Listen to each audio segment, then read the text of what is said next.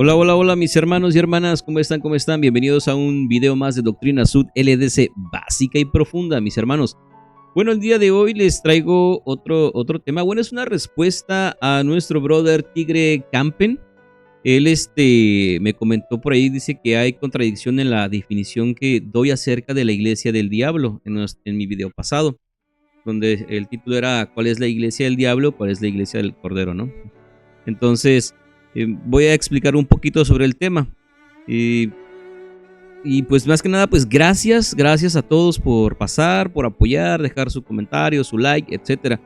Igual que voy a hacer la misma dinámica que la otra vez, lo voy a grabar tal cual, así con mis equivocaciones, mi dilexia, etcétera, pero dejándoles el texto para que ustedes lo lean y para que salgan más naturalito, mis hermanos, porque antes sí le daba más tiempo en estar editando, quitar equivocaciones, pero ya cómo va, ¿no? De todas maneras, el que va a criticar, va a criticar. Bueno, mis hermanos, ¿realmente se contradice la definición sobre la iglesia del diablo? Nos dice nuestro brother Tigre Campen, dice, hay una contradicción en la definición que das acerca de la iglesia del diablo. Si fuera como dices, que se refiere a todo lo malo del mundo, entonces la iglesia del diablo existió desde la fundación del mundo, ¿cierto? Pero Nefi dice, vi entre los gentiles la formación de una nueva iglesia que es la más abominable entre todas las iglesias. Claramente, Nefi no se refiere a la maldad del mundo. Está hablando de la formación de una institución iglesia fundada por los gentiles en la década de 1970. La iglesia enseña que esa iglesia del diablo hace referencia a la iglesia católica. Con los años, la iglesia vio que esa enseñanza era muy agresiva y la cambió a lo que hoy enseña que la iglesia del diablo es todo lo malo del mundo. La iglesia siempre bloqueando su historia, su doctrina y sus políticas. Saludos. Tengo un déjà vu. Tengo un déjà vu. Esto ya lo había soñado. Ya lo había soñado esto. Pero está bien. Muy bien. Mis hermanos, quiero iniciar con algo que aprendemos en la iglesia de Jesucristo de los Santos de los Últimos Días. Y esto es el saber que han existido dispensaciones. Pero, ¿qué son las dispensaciones? Una dispensación es el tiempo en que Dios ha puesto su evangelio, doctrinas y ordenanzas sobre la tierra, y después de un periodo de tiempo, este mismo evangelio se pierde debido a la maldad de los hombres y de Satanás, y es este último que los inspira a ir en contra de lo que Dios ha mandado. Y esto ha pasado en varias ocasiones. Por ejemplo, Adán fue el primer patriarca o profeta de la primera dispensación, Enoc de la segunda, Noé de la tercera, Abraham de la cuarta, Moisés de la quinta dispensación, Jesucristo de la sexta y José Smith de la séptima dispensación. Cada que Dios revela su evangelio a los hombres era algo nuevo para ellos, y el patrón se repetía en cada dispensación. Cabe mencionar que la maldad siempre ha existido desde la caída de Adán y Eva. Por lo tanto, desde esos tiempos han existido personas que han creado combinaciones secretas, religiones y demás asociaciones que, no siendo una religión como tal, apoyan desde las sombras al enemigo de toda rectitud, con la finalidad de desviar al hombre de su potencial divino y así alcanzar la exaltación. ¿Ok? Mis hermanos, antes que naciera Jesucristo, Moisés, él fue el profeta de la quinta dispensación. Durante ese periodo surgieron iglesias debido a que el evangelio se corrompió. Y cuando Jesucristo nació, aún se encontraban remanentes, o sea, partes del evangelio. Pero Jesucristo vino a cumplir y a darnos un nuevo pacto, un nuevo evangelio, nueva doctrina, ¿sí? Y también ordenanzas. Algunas de las iglesias de ese tiempo fueron los fariseos, saduceos, esenios, celotes, samaritanos, religión romana y griega, cultos mistéricos, entre otras. Cabe mencionar que no se vivía el cristianismo. A los seguidores de Jesucristo se les llamaba santos, no porque lo fueran, hermanos, sino ese título les y nos recuerda qué tipo de personas debemos ser.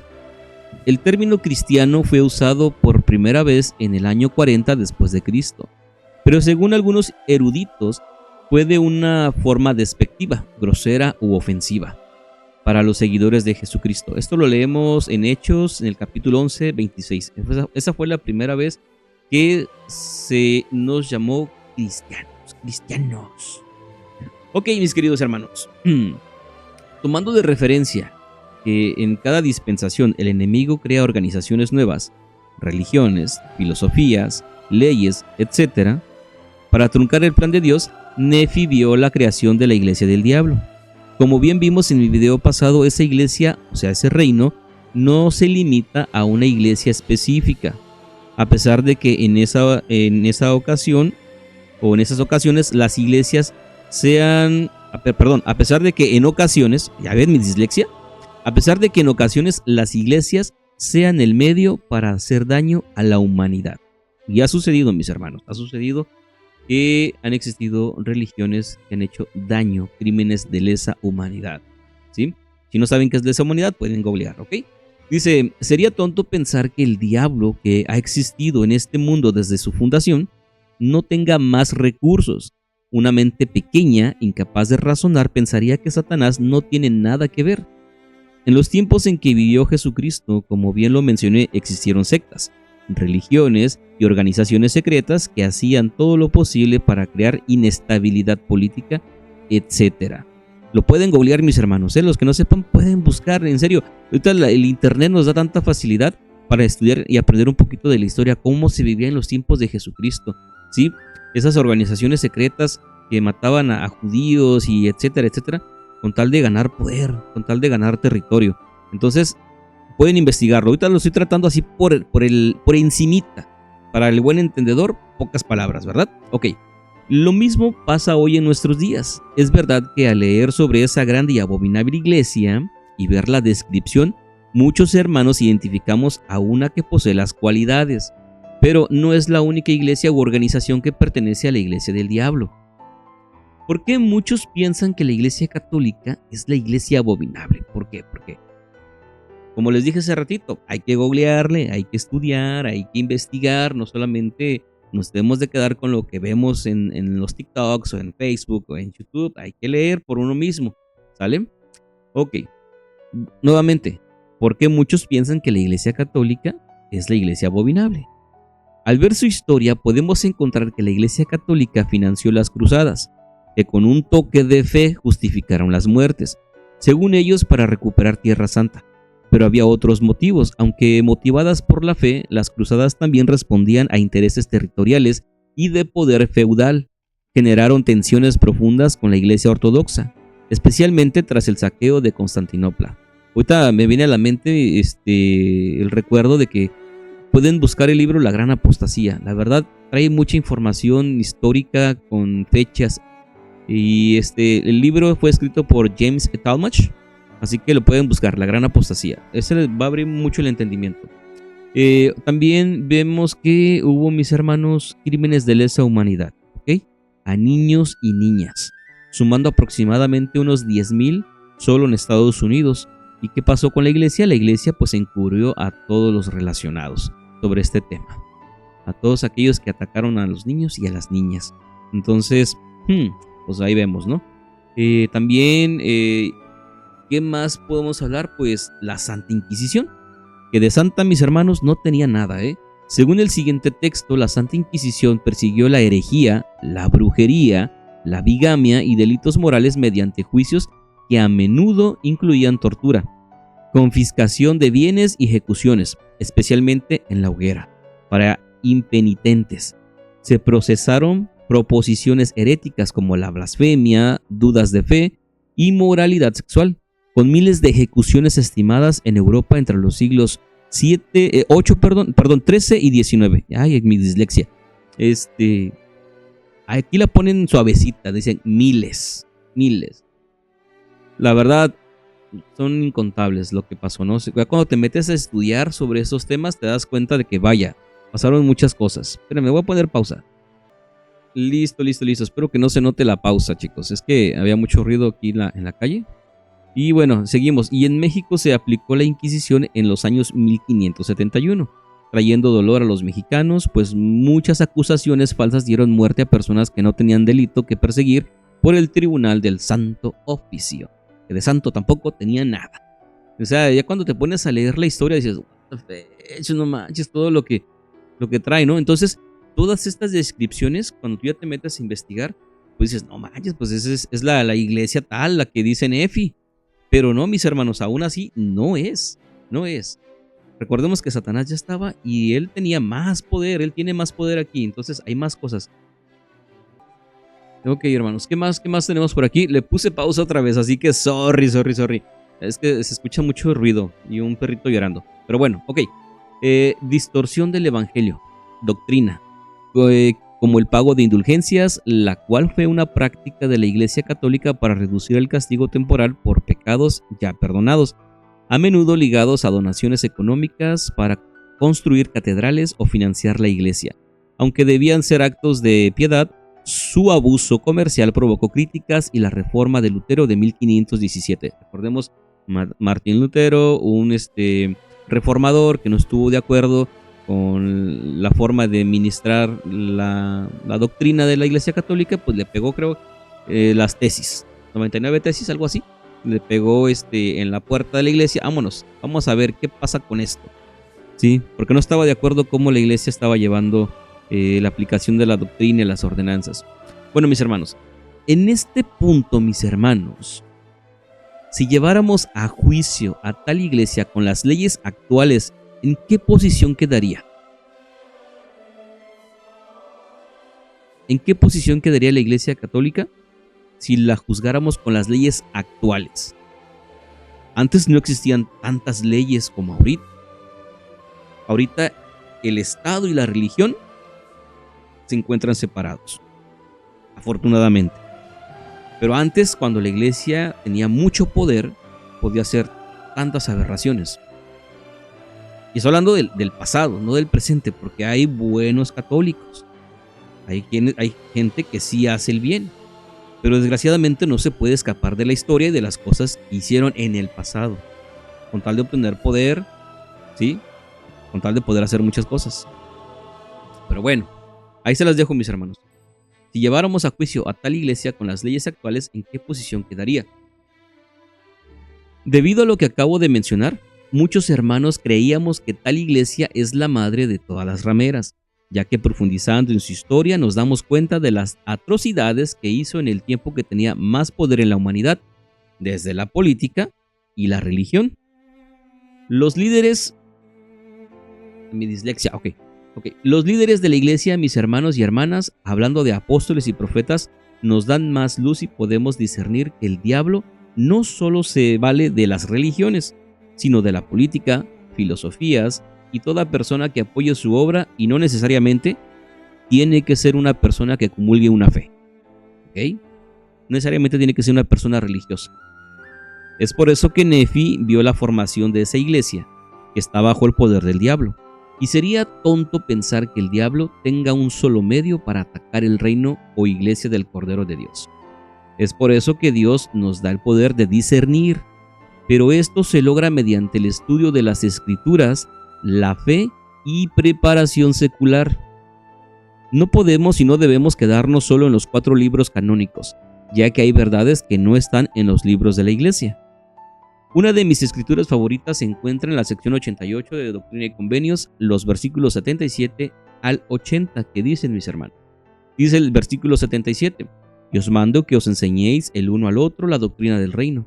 Enseñaos diligentemente, y mi gracia os acompañará, para que seáis más perfectamente instruidos en teoría, en principio, en doctrina, en la ley del evangelio, en todas las cosas que pertenecen al reino de Dios, que os conviene comprender, de cosas tanto en el cielo como en la tierra y debajo de la tierra, cosas que han sido, que son y que pronto han de acontecer, cosas que existen en el país, cosas que existen en el extranjero, las guerras y perplejidades de las naciones y los juicios que se ciernen sobre el país, y también el conocimiento de los países y de los reinos, a fin de que estéis preparados en todas las cosas cuando de nuevo os envíe a magnificar el llamamiento, el cual os he nombrado, y la misión con la que os he comisionado. Ahí está, mis hermanos. Perdón por mis dislexia, me falta leer más. Ok, es que lo estoy grabando de una.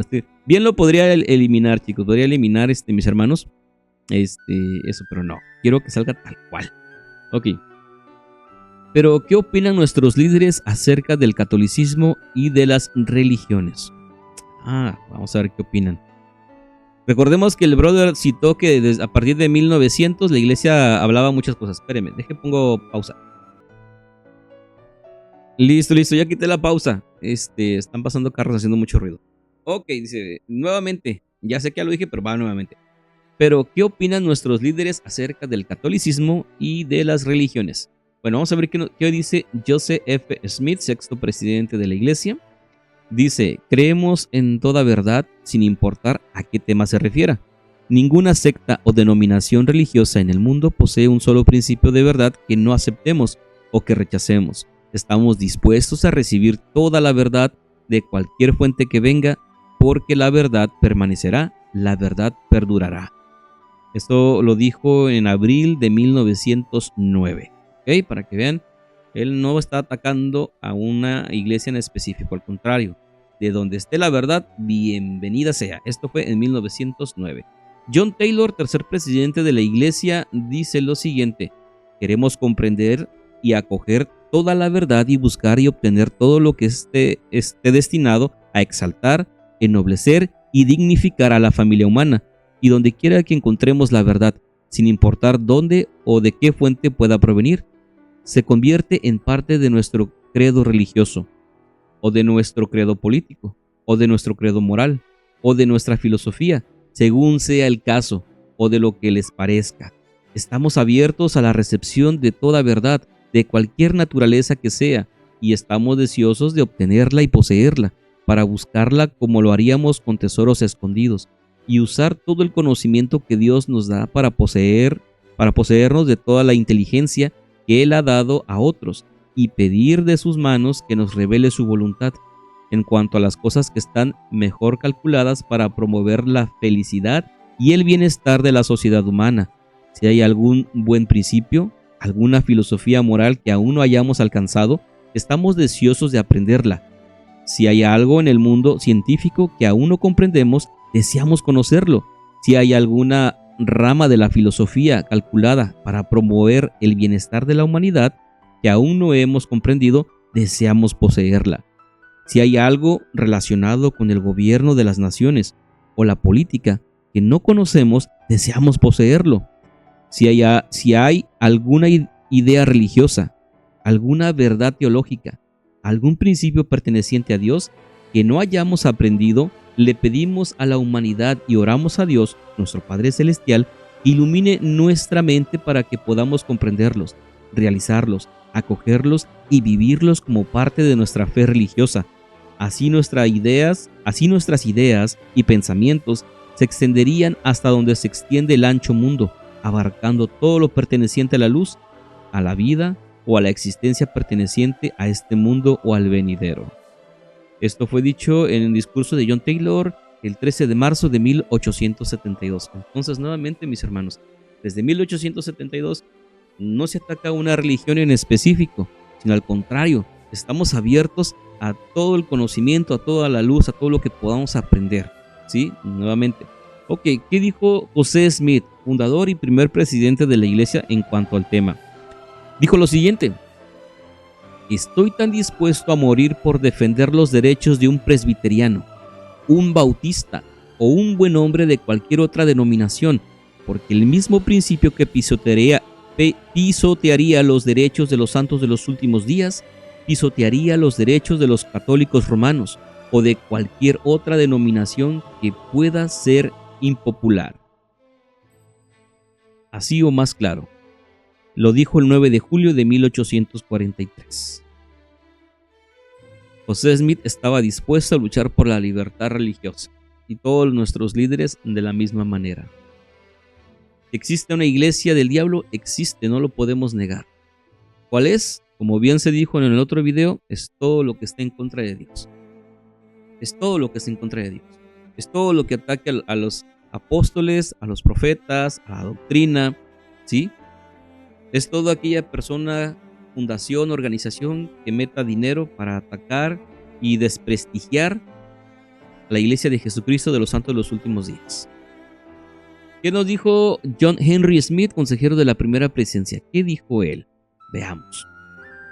Algunos, en su malentendido o exceso de celo con respecto a la regulación y el cuidado de sus semejantes, no han podido apreciar el hecho de que fue el diseño de la providencia proteger las conciencias de los hombres y abrirles el gran privilegio de la libertad religiosa. Tienen la libertad de aceptar las doctrinas de Buda si así lo desean, o de creer en la misión y ministerio de Mahoma, o de respetar y honrar las leyes y puntos de vista presentados en el Corán, o en las doctrinas anunciadas por Moisés, siguiendo las teorías e ideas judías. También los que crean en Jesucristo en estos últimos días y acepten literalmente sus doctrinas deberán, junto con sus semejantes, gozar de sus derechos a esas leyes y vivir en armonía con las reglas y principios expuestos en las doctrinas anunciadas en este último tiempo, tal como fueron anunciadas en aquel día anterior. Esto lo dijo en octubre de 1911. ¿Cómo la ven? ¿Cómo la ven, mis hermanos? Libertad religiosa. Libertad religiosa. No se ataca a una religión en específico.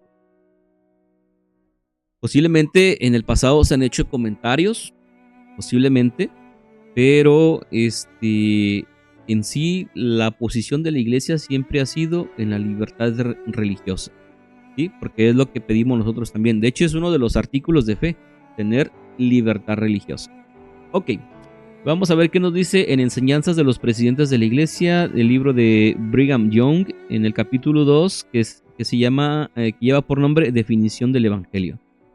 Dice: quiero decirles a nuestros amigos que nosotros creemos en todo lo que es bueno. Si pueden encontrar una verdad en los cielos, la tierra o el infierno, esa verdad pertenece a nuestra doctrina. Nosotros creemos en ella, nos pertenece, la reclamamos. El Evangelio abarca toda moralidad, toda virtud, toda luz, toda inteligencia, toda grandeza y toda bondad. Propone un sistema de leyes y ordenanzas.